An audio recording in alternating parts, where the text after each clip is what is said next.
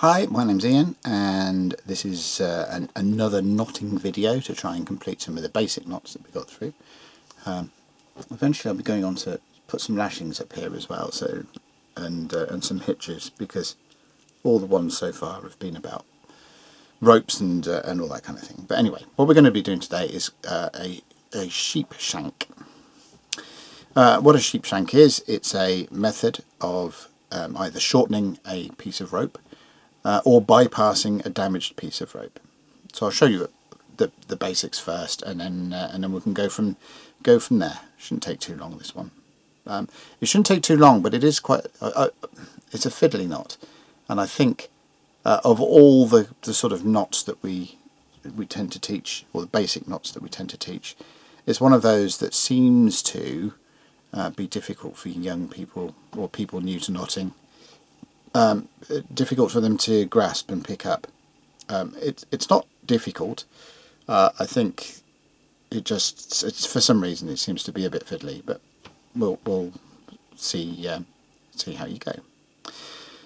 So the idea with a sheep shank is, what we're going to do is to make 3 crossing loops in exactly the same way, and then we're going to use all together so they overlap. Then we're going to use the outer crossing loops in order to tighten up around the edges of the central crossing loop, and then that will mean that all of the loops that we've got floating around, especially the central crossing loop is determined by how much we shorten it by. So a big central crossing loop, we are going to be shortening by quite a lot, and a smaller one means we're going to be shortening by quite a little. The outer crossing loops get tightened up, so they don't really have much in the way of bearing on how much we are shortening things by. Right, hope that all made sense. Hopefully it will. If it didn't make sense there, it will make sense once we actually tie the knot. So the way I liken creating the crossing loops for this is by closing a book. So we're going to be doing this action in order to produce our loops. Every single one of them is created in the same way. Taking the rope and closing it like a book. Like that, I'll show you, taking the rope and closing it like a book. What that means is that we end up with all of the crossing loops with the ropes on top being the same way. So it'll be rope on top, rope on top, rope on top, right? So now we're going to create our central one in exactly the same way, get it as a book, closing, right? And then our final one, get it as a book, closing. So all 3 loops are exactly the same way.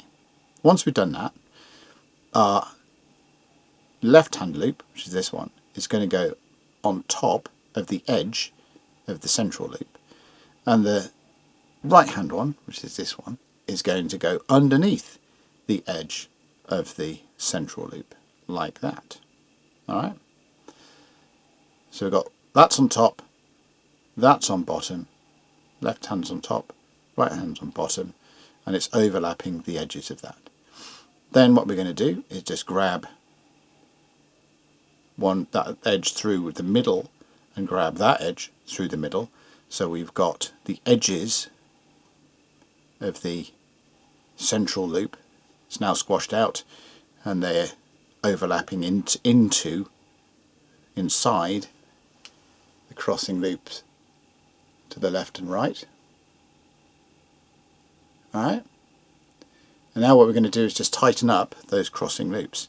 So tighten up that one first, so that's going to be tight around there.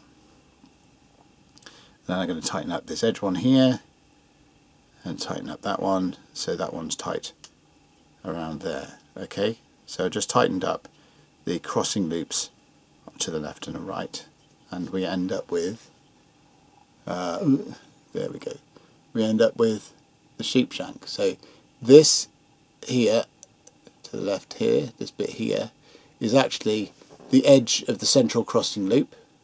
Then this bit here is our left hand crossing loop. Then this bit here is the right hand crossing loop, and then finally this bit here is the right hand edge of the central crossing loop. So all we've got is 2 crossing loops that are trapping the edges of what was the central crossing loop there. And you'll see all the rest of the crossing loop, the central crossing loop is all tucked up in the centre there. So we pull that tight, and that's kind of what we have. So we've shortened the rope essentially by the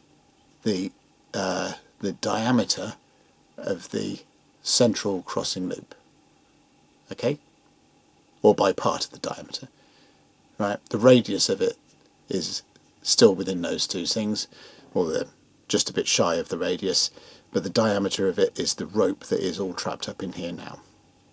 Yeah, okay, so that's sort of what we're doing now. This is a knot that only works under tension.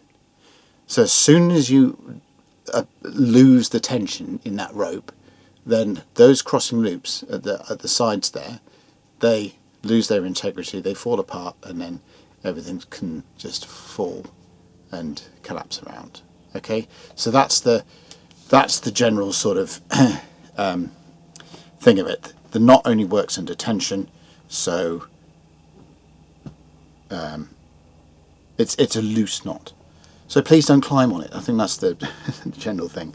It's not a strong knot, but it's useful, you know, if you need to shorten a guy line, or you need to shorten a rope for whatever reason, a tow rope, or a rope in pioneering, in order to get it something done, or whatever you need to shorten a rope for.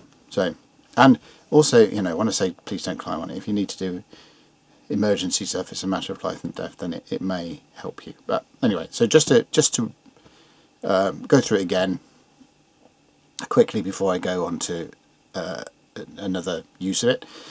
Crossing loop, closing the book, crossing loop, closing the book, crossing loop, closing the book, right?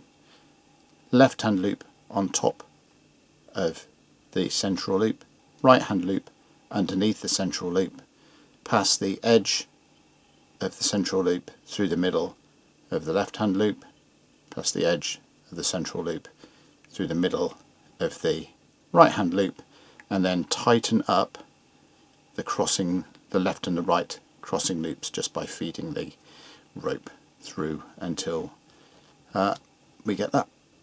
Okay, easy peasy. Okay, so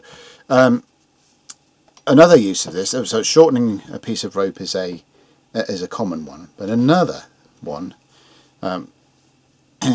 is for bypassing a damaged piece of rope. All right. So what I'm going to do is just going to use the orange bits of rope here that I've got just to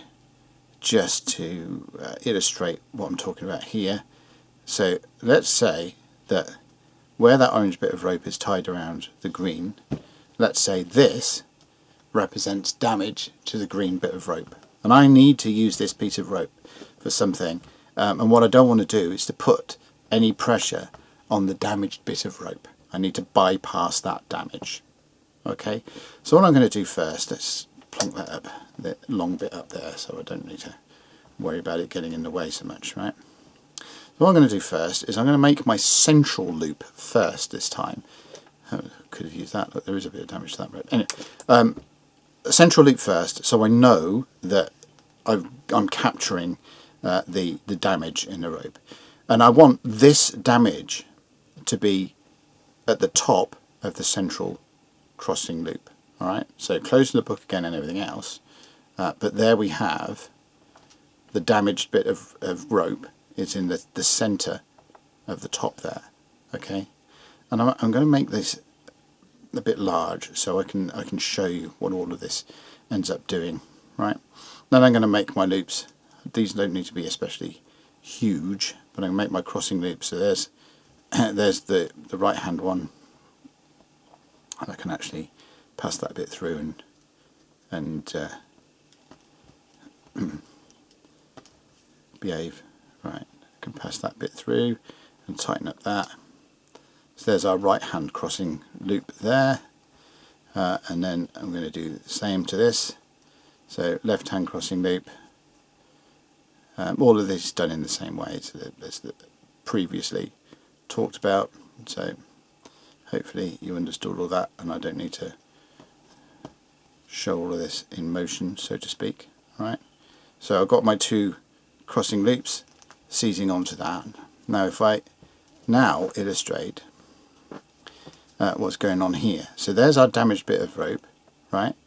And it's loose, it's completely loose. So no matter how I pull on this, that remains absolutely loose. See that? Okay, so there's tension in these bits on the bottom. There's tension across here. So there's tension across here because that's where all the stress runs. So it comes through, and at the bottom of the, so this cross at the bottom here is formed by the bottom of the central crossing loop. So there's tension across there and across the bottom of that, crossing that central crossing loop, and then through the right hand crossing loop into the ropes. There's tension across there. There's no tension in this bit at all, which is the top of the central crossing loop. Just completely loose, completely open, completely like non-stressy or whatever. And that's where our damage is. So what I've done by doing that is all of the tension in the rope goes through all of this bit and completely ignores this bit, so I'm putting no tension whatsoever on the damaged bit of rope there, just bypassing that damaged section. But again, it's a sheep shank, so it only works under tension, so therefore, you know, as soon as you loosen it all off, the knot itself will fall apart. But that's how you use it for bypassing a damaged section of whatever rope you're using. So you can use it to bypass damage, you can use it to shorten rope, and it's all about the central loop that you do. The central loop dictates by how much you are shortening your rope for, and if you're using it to bypass a damaged section of rope, then you need to put the damaged part of the rope at the top of the central loop. And that is a sheep shank.